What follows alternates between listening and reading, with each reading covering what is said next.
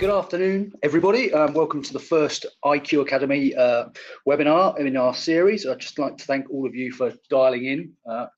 Currently, I think we've got about 180 people who have scheduled to come onto this, so hopefully it sounds like this is something that you as members will really value. It's designed to help support you and develop your knowledge on key issues within the industry, and your feedback is really important to us on this. So, as this is our first one, there will be some questions, a questionnaire at the end of the webinar, which we would ask you to fill out and give us some feedback about content, style, what you want to see from these, because they're there for your benefit and hopefully help develop your knowledge and skills as we move forward. There's a couple of housekeeping points around the webinar. We've muted everybody's microphones today to try and keep things as simple as possible and give James the best chance to present the information today. If we have time, we'll try and answer a couple of questions at the end. You're able to ask questions through the question box and the chat box. Hopefully you can all hear us okay. For those of the people who have any issues, perhaps if you want to sort of send us a message through the chat box, if you are experiencing issues, we'll try and make sure we can sort those out for you. Just to go on to some of the future webinars in the series. So the next one in line will be the mineral planning current threats, which will be on the 22nd of February. And in March, we'll have the importance of geotechnical assessment by Dave Jameson. And again, we'd urge you to sort of sign up for those as early as possible. And for those of you who also want to sort of reach out and network with our members on a face-to-face basis, there's a raft of technical evenings coming up in the next month, which are on the slides there. If you want further information, either go to your local branch secretaries or go to our website and you can find out more about that. And again, you can see from the slide, we've got issues around HSE, back to basics on CPD, blasting, driving, and I think they're really good value for you as members. So just a bit of a reminder that there's some really great events out there put on by our branches. So if you can get a chance to attend them, please do so. On without further ado to today's presentation, Water Abstraction, Understanding the Regulations from James Dodds. And I'd like to welcome James to the webinar and thank him for taking the time today to present on this. It is a complex and lengthy topic, so this is a very light touch overview to start with. Hopefully it'll give you some pointers about what you need to think about. James has been within the industry for many years, has great wealth of experience and knowledge of the water abstraction issues. We'll be able to sort of explain those in more detail to you. He's actively been involved in the industry for the last 20 years, been a member since 1994, I believe, and he's particularly looking at the transitional arrangements for the new requirements which came into effect at the beginning of this year. So rather than bore you too rigid, I will pass you over to James, who can get underway with the main of the presentation. James, over to you. Thanks, James, and welcome everybody. I will warn you that this is the first time that I've done this, so if all the wheels fall off, then it is entirely my fault, and I apologise in advance. But let's see how we go on. So removal of the dewatering exemptions. As James said, there is a lot to cover. There's an enormous amount to cover, and I can, in only half an hour, scrape the surface. I hope it leaves you with enough food for thought, and that you will pose questions. It is possible that we'll collate the questions and kind of give some feedback via email or some bulletins, that sort of thing. I say we, by which I mean Institute of Quarrying. Okay, here we go, guys. Enjoy. I'm going to try and cover these main bullets, starting off with a little bit on the history, talk about the regulations. It's important that I explain types of licenses and where the transition arrangements and new activities fit into those.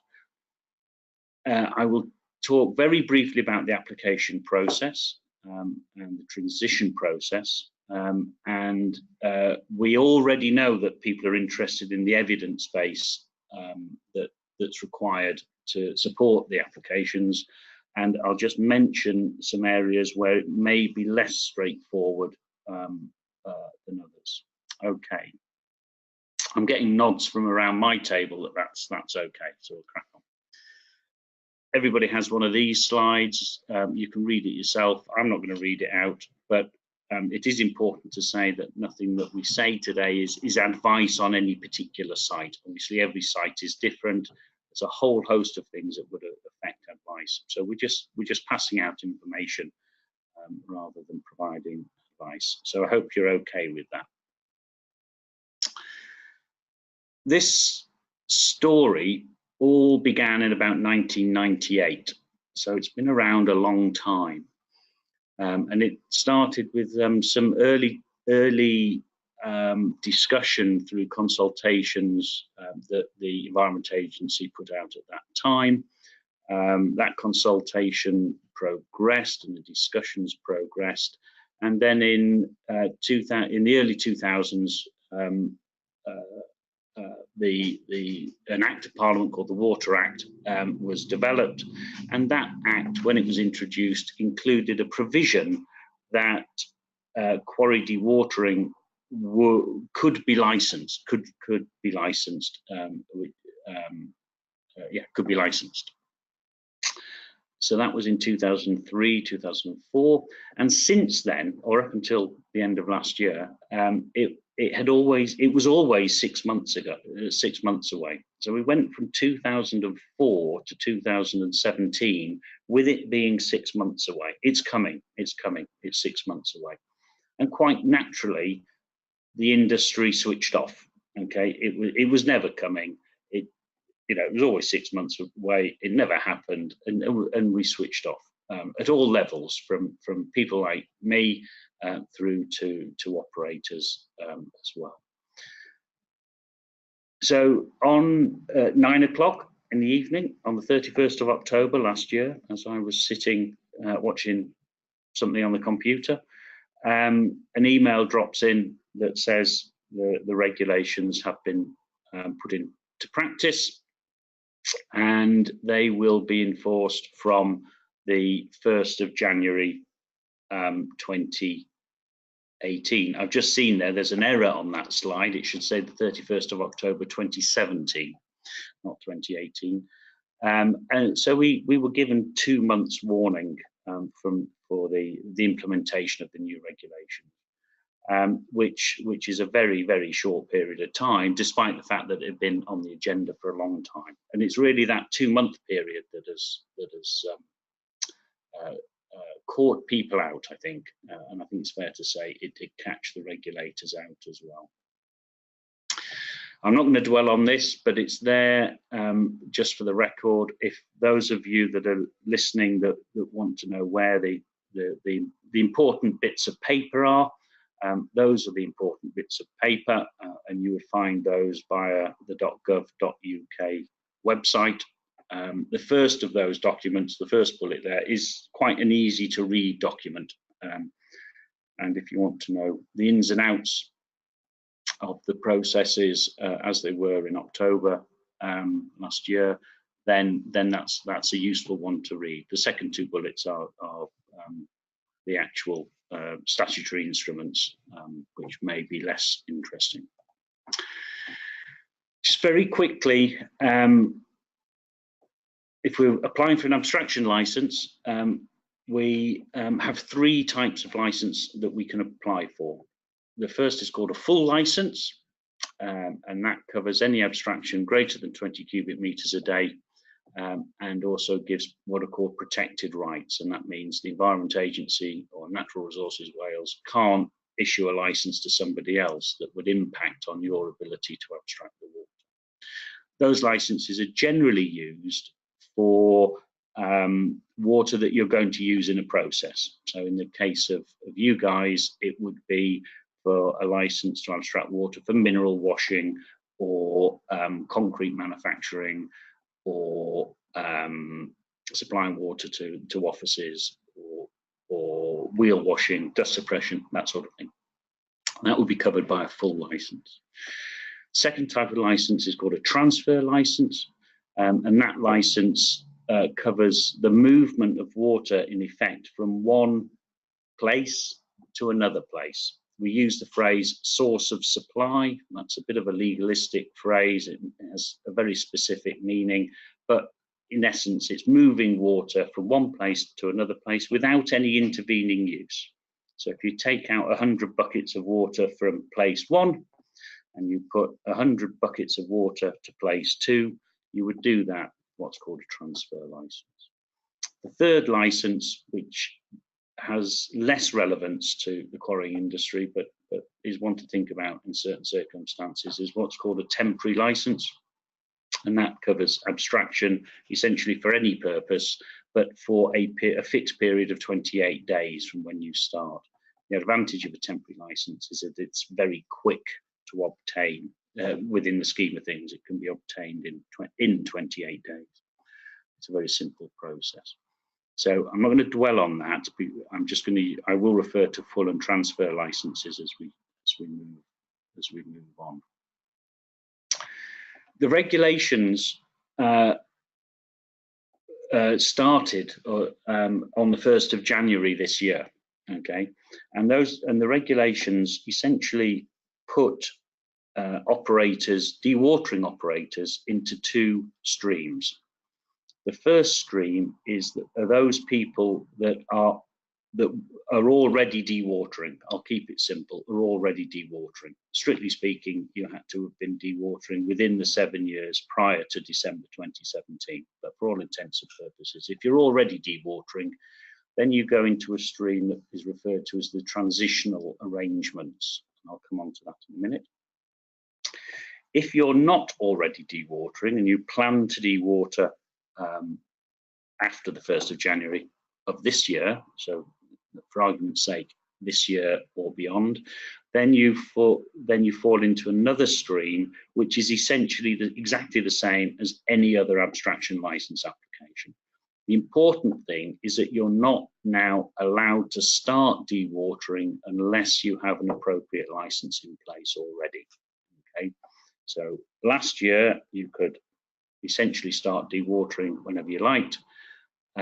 This year you must have an abstraction license in place before you start. Failing in that is in fact a criminal offence.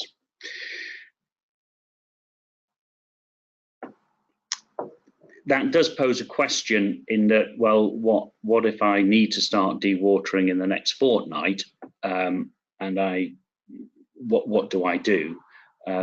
The key thing to do there is take some advice, speak to the Environment Agency or Natural Resources Wales, and I think there would be a fairly straightforward, pragmatic solution to that problem. But you do need to speak to people. So we have the transition. So the main focus going forward in this talk will be the transitional arrangements, because that's the one that affects the majority of people. The application process, very quickly.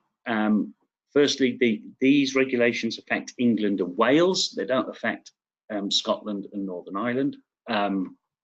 So when I refer to the regulator, I'm referring to either the Environment Agency in England or Natural Resources Wales in Wales.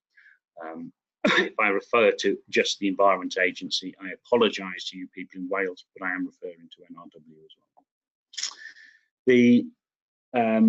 The application window opened on the 1st of January of this year, and the application window shuts on the 31st of December 2019 at midnight, and that deadline of December 2019 is a hard deadline. You can't have an extension beyond that deadline because it's written in the statute that is the deadline.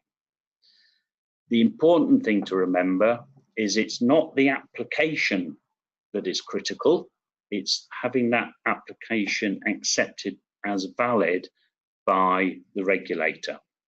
Okay, so you couldn't put the application in on the 30th of December because obviously from a practical point of view, the regulator couldn't you couldn't check it and validate it as a valid application before the end of the deadline. And if you miss that deadline with a valid application, you start from scratch. You would be dewatering illegally, and you would have to apply for a license in the normal way.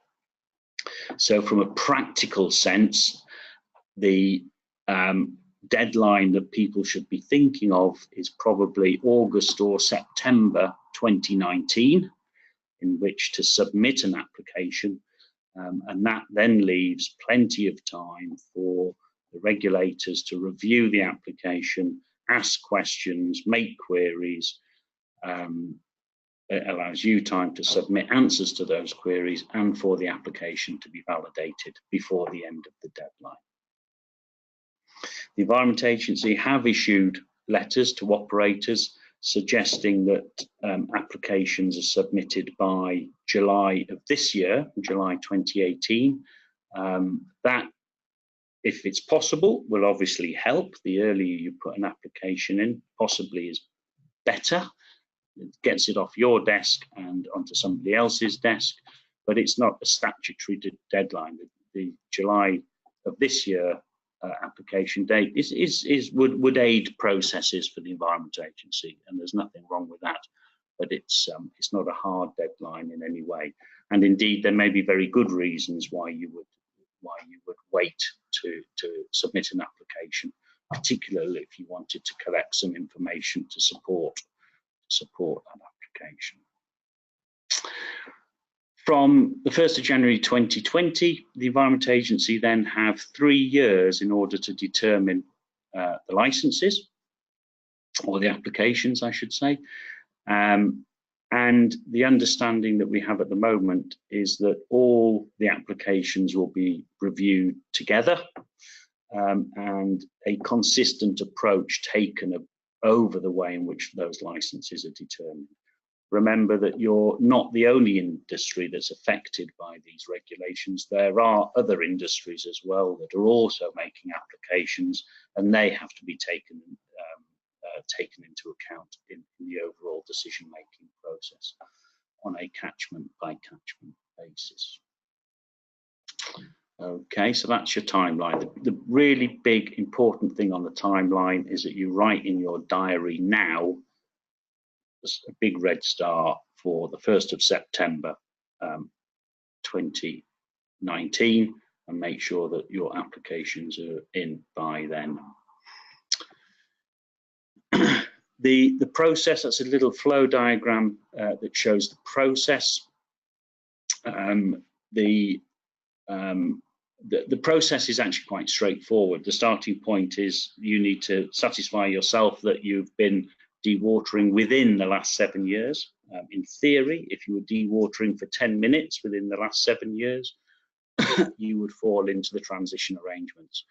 You may have other issues if it was only 10 minutes, but that's the way the system works. So as long as you've been dewatering within the last 7 years, you're fine. It's not for 7 years, it's within 7 years. So if the answer to that is yes, then you're going to collect some evidence of that, and I'll come on to talk about what evidence is required very shortly.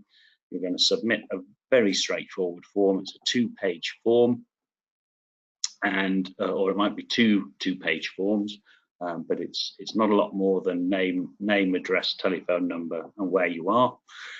That application goes to the regulators, who then review that and either come back to you for some further information, or they validate it. Once it's validated, they'll tell you it's validated, and then you can largely forget about it until sometime in 2022 or 2023, unless the Environment Agency, Natural Resources Wales come back and ask for some more information, particularly through the validation process. So it's not a complicated process to follow. Evidence. It's recognised that quarries, because they haven't had to monitor their volumes and rates of abstraction for dewatering, strangely enough, many haven't measured and recorded that information. So it is recognised that the evidence of the volumes and rates of abstraction for dewatering will come from a variety of different places. That list is just some of the types of evidence that would be appropriate. With the meter readings, obviously, if you've got meter readings, regular, accurate meter readings, they are by far the highest quality of evidence that you might collect. But you could also, for example, take the capacity of a pump. You know that you've always pumped with a 4-inch static diesel pump. You can either measure the discharge from that, or you can get the pump curves for that, and you know what the flow is, and you can estimate the fact that you've always switched it on a Monday morning, switched it off on a Friday night, and it's been doing that for the last 3 years. That will give you a calculation of rate and volume, and that would be an evidence base, and an appropriate evidence base. I think the only word of warning on that from me is that if you have issues with environmental impact, then you may find you want a higher quality of evidence base than in other situations. But if you're in a straightforward situation, to be honest, you can have a very straightforward evidence base. Zero evidence, I think, will probably be inappropriate.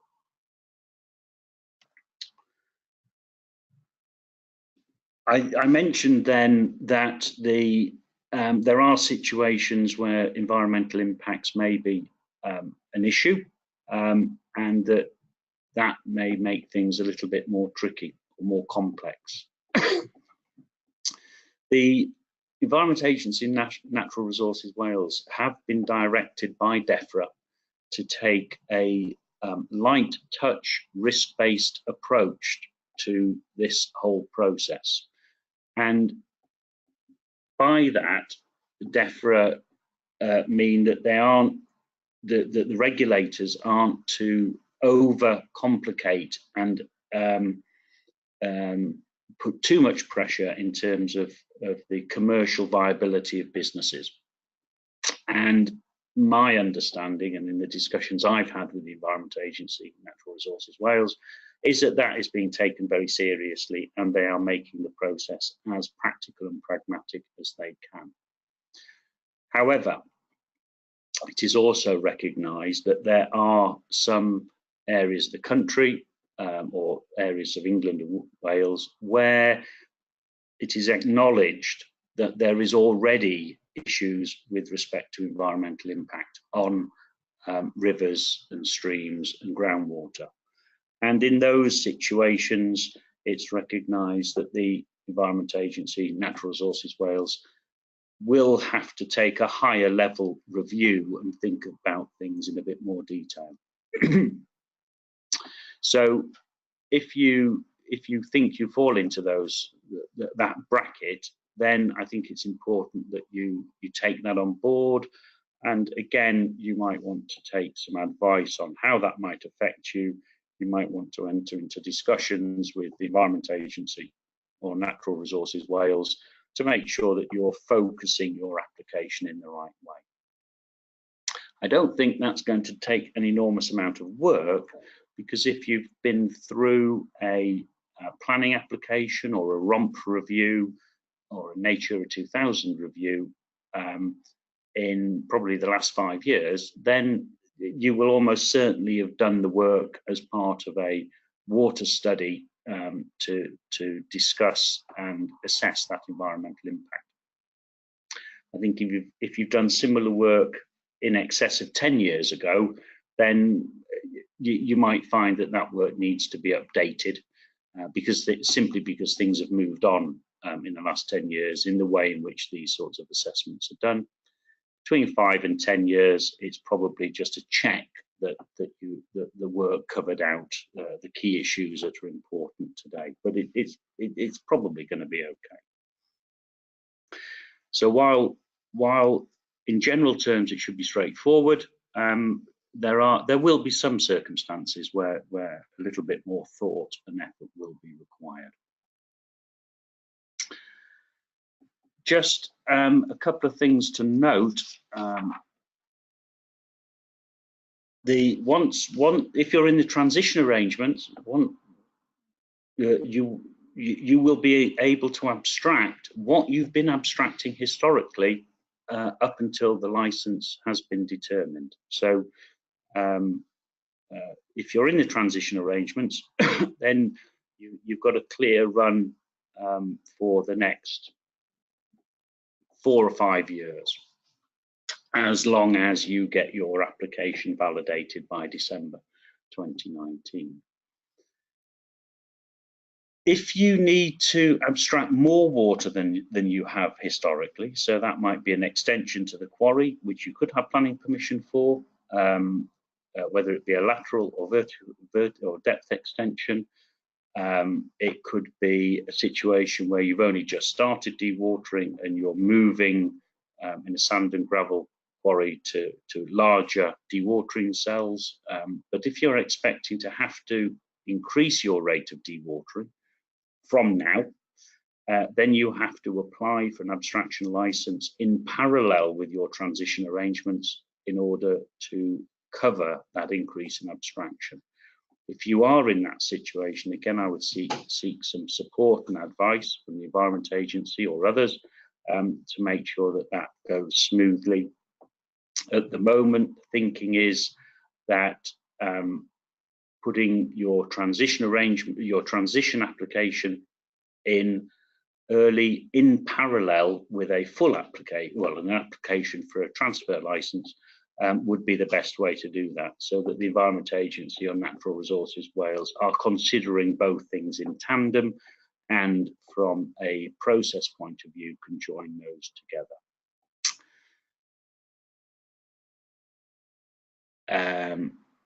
And I think we're just about there. I'm not going to carry on anymore because you're all going to be shouted at if we go over the half an hour and you haven't had your sandwiches.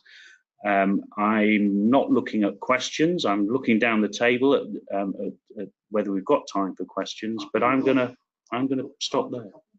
We have got time for a couple, so somebody will tell me what they are. The first one is, does the entirely self-contained lagoon system still require an abstraction permit? Right. Good question. So the question is, does a self-contained sealed lagoon system require an abstraction license? The answer to the question is no. And I'm going to introduce you to a term called a discrete water.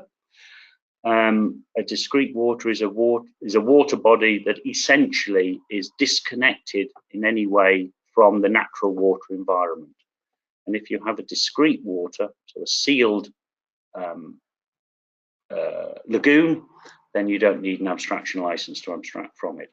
Interestingly enough, an important consideration is that if you're taking water out of a silt lagoon, at the moment where the position that's being taken at the moment is that would be considered a sealed pond by virtue of the fact that the silt is sealing the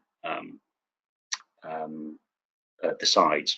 If you have a pond, a freshwater lagoon, for example, which is very common in sand and gravel operations, which is not sealed, which is open to the aquifer, the sand and gravel, then whether you're putting water in from a silt lagoon or not, or from any other source, you need an appropriate abstraction license from that open lagoon, because it's effective. Well, it is connected to the natural water environment.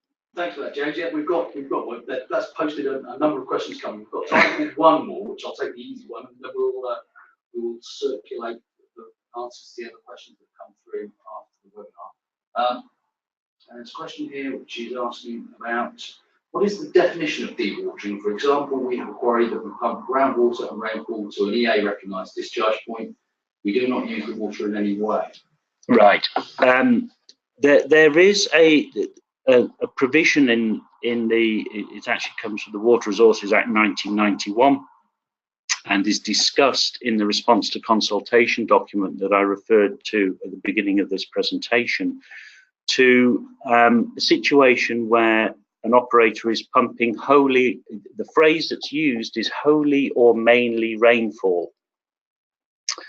And in that situation, you don't need an abstraction license.